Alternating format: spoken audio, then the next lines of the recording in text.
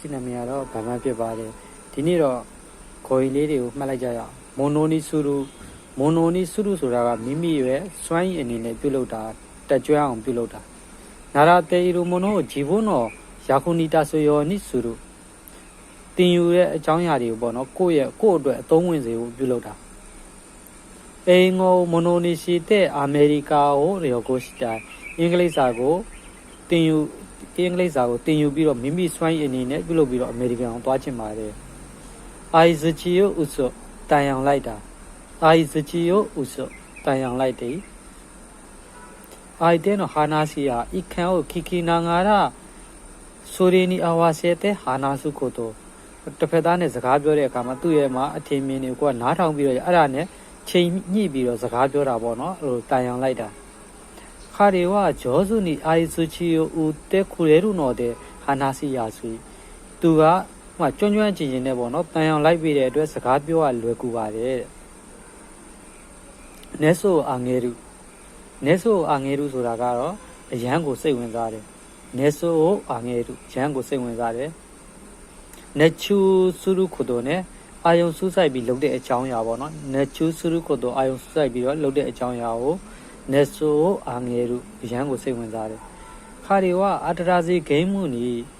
စုငုနဲဆိုအာငယ်ရူနော်ငါနဲဆိုကစာမေရူနော်မဟာယာဤ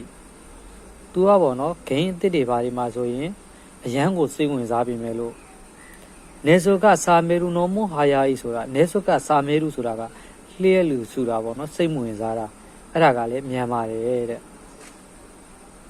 ဂေါမအိုဆူရူကဖားရပါပြုလုပ်တာပေါ့နော်ဖော်လန်ဖားလုပ်တာဂေါမအိုဆူရူကဖားရပါပြုလုပ်တယ်ဖော်လန်ဖားလုပ်တယ်ဟိုကနော်စီတိုနီအိုဆဲကြီးကိုဤဆို